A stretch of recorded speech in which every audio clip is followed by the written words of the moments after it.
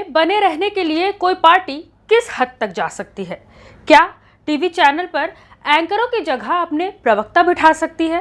क्या social media के जरिए इस्लामोफोबिया फैला सकती है? क्या बड़े पर्दे यानी फिल्मों का सहारा लेकर देश को गुमराह कर सकती है, एक समुदाय के लिए नफरत पैदा कर सकती है? क्या बिना जुर्म के भी मुसलमानों को जेल में बंद कर सकती है? दोस्तों, इन सब सवालों के जवाब है हाँ। कोई पार्टी मुसलमानों को दोयम दर्जे का सिटीजन बनाकर उससे वोटिंग का अधिकार तो नहीं छीन सकती, क्योंकि ऐसा कोई कानून अचानक से पास नहीं हो सकता। लेकिन तिकड़मबाजी करके मुसलमानों के वोटिंग का मौका जरूर छीन सकती है।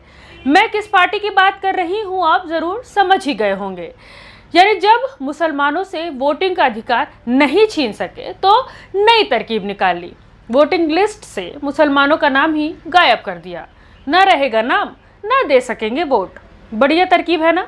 चुनाव आने से पहले वोटरों की लिस्ट से मुसलमानों के नाम हटा दो, ताकि मुसलमानों को वोट देने का मौका ही न मिले। मकसद सिर्फ एक ही है, मुसलमानों को और विपक्षी पार्टियों को, उनके नेताओं को बाकी देश से अलग थलग कर दो। दोस्तों, ये खेल शुरू हुआ था बिहार चुनाव से। अब इस मॉडल को पूरे देश में लागू करने की कोशिश की जा रही है।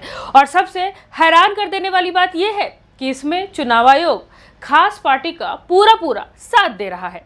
यानी अब चुनाव आयोग को बीजेपी आयोग कहना ज्यादा सही रहेगा। अभी तक पूरे देश को सिर्फ शक था, लोग अंदाजा लगा रहे थे कि चुनाव आयोग जो है वो बीजेपी पार्टी से मिला हुआ है। लेकिन अब जो सबूत सामने आए हैं उससे बिल्कुल साफ हो गया है कि चुनाव आयोग के नाम से आदेश कौन जारी कर रहा है। चुनाव आयोग के पत्र पर यह ठप्पा देखिए दोस्तों, इसमें लिखा है भारतीय जनता पार्टी। ये डॉक्यूमेंट चुनाव आयोग का है और उस पर ठप्पा बीजेपी का लगा हुआ है। यानी चुनाव आयोग सिर्फ कठपुतली है, आदेश जो है वो बीजेपी की तरफ से जारी हो रहे हैं। वरना आप ही सोचिए कि चुनाव आयोग के डॉक्यूमेंट पर बीजेपी का स्टैंप आखिर कहां से लग गया, कैसे लग गया और किसने लगाया। बता दें कि डॉक्यूमेंट्स की ये तस्वीर सोशल मीडिया पर तेजी से वायरल हो गई और अब केरल पुलिस लोगों को नोटिस भेज रही है कि ये तस्वीर हटा लो वरना पुलिस कार्रवाई करेगी। केरल पुलिस के मुताबिक ये ट्वीट भारत के चुनाव आयोग का अपमान कर रहा है। यानी चुनाव आयोग के डॉक्यूमेंट पर किसी पार्टी का ठप्पा चुनाव आयोग का अपमान नहीं करता, बल्कि इसे दिखाना चुनाव आयोग का अपमान करता है। अभी तक कांग्रेस पार्टी और राहुल गांधी चीख कर ये कह रहे थे कि चुनाव आयोग बीजेपी से मिली हुई है। लेकिन इस डॉक्यूमेंट के वायरल होते ही चीजें आपके और हमारे सामने बिल्कुल साफ हो गई है। चुनाव आयोग, जिसे अब तक एक निष्पक्ष बॉडी माना जा रहा था, अब ये साफ हो गया है कि वो किसके इशारे पर काम कर रही है और क्यों मुसलमानों के नाम देश की वोटर लिस्ट से चुन चुन कर काटे जा रहे हैं। ताज़ा मामला शामली का है।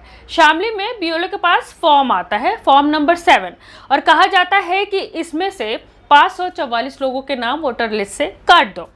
गांव का नाम है लोहारीपुर और इस गांव में करीब 1100 वोटर हैं, जिसमें 544 लोगों के नाम काटने का आवेदन आता है। और आपको पता है वो 544 लोग आखिर कौन थे? जी हाँ, आप सही सोच रहे हैं, वो सारे के सारे ही मुसलमान थे।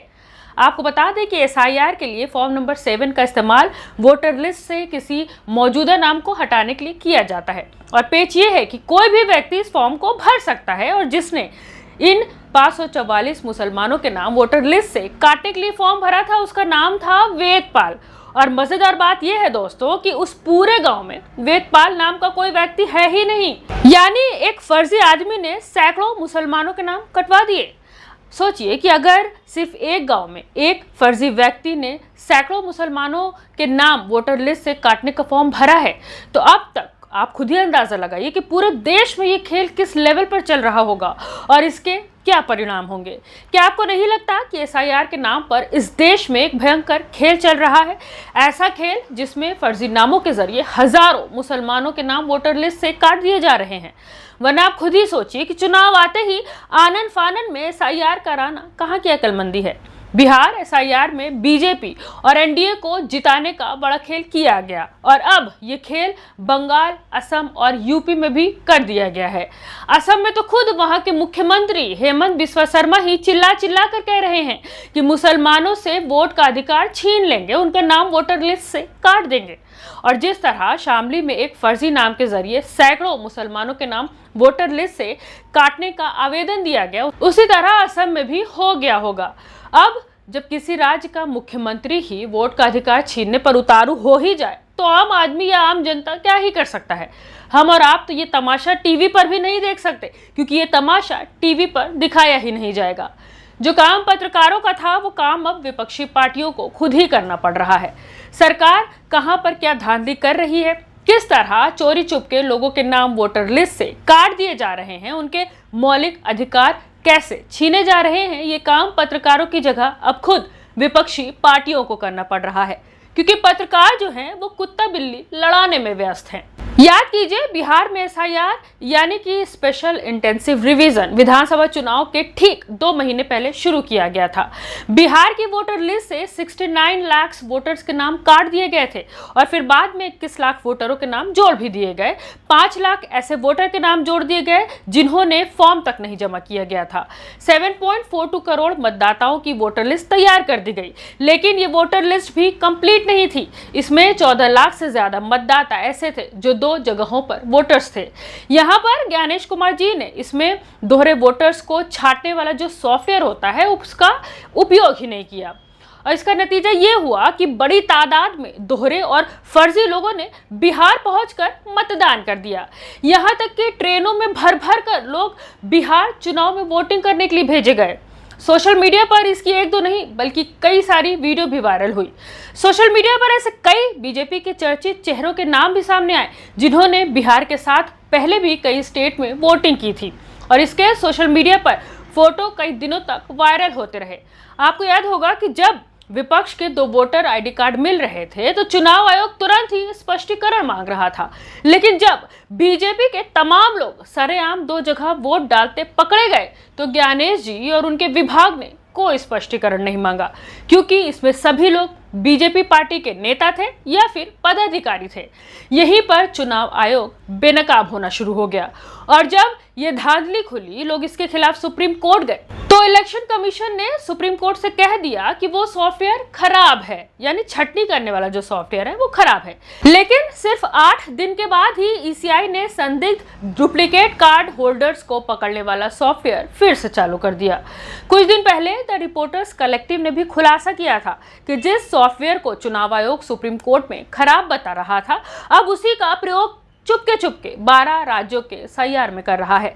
लेकिन इस बार ईसीआई ने अपनी ही मैनुअल और निर्देशों को कूड़े में डाल दिया, जिसमें ये बात लिखी थी कि वोटर्स को डिलीट करने से पहले इसकी ग्राउंड लेवल पर जाकर हाई लेवल की जांच करनी होगी, ताकि किसी भी वोटर का नाम गलत तरीके से डिलीट न किया जा सके।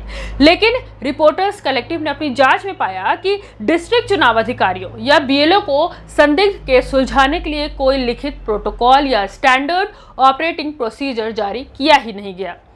रिपोर्टर्स कलेक्टिव ने दावा किया कि उन्होंने 2 राज्यों के 8 डिस्ट्रिक्ट, कॉन्स्टिट्यूएंसी और स्टेट लेवल अधिकारियों से बात करके कंफर्म किया।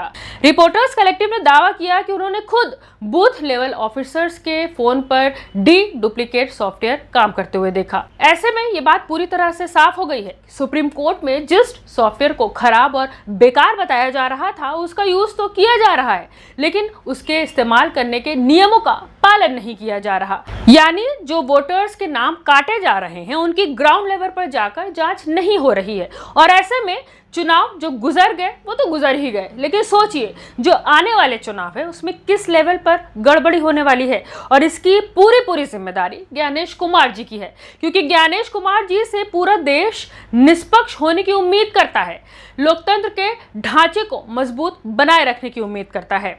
आपकी इस पूरी रिपोर्ट पर क्या राय है, हमें कमेंट करके जरूर बताएं। मैं हूं रूबा अंसारी और आप देख रहे थे रिपोर्टर मैडम।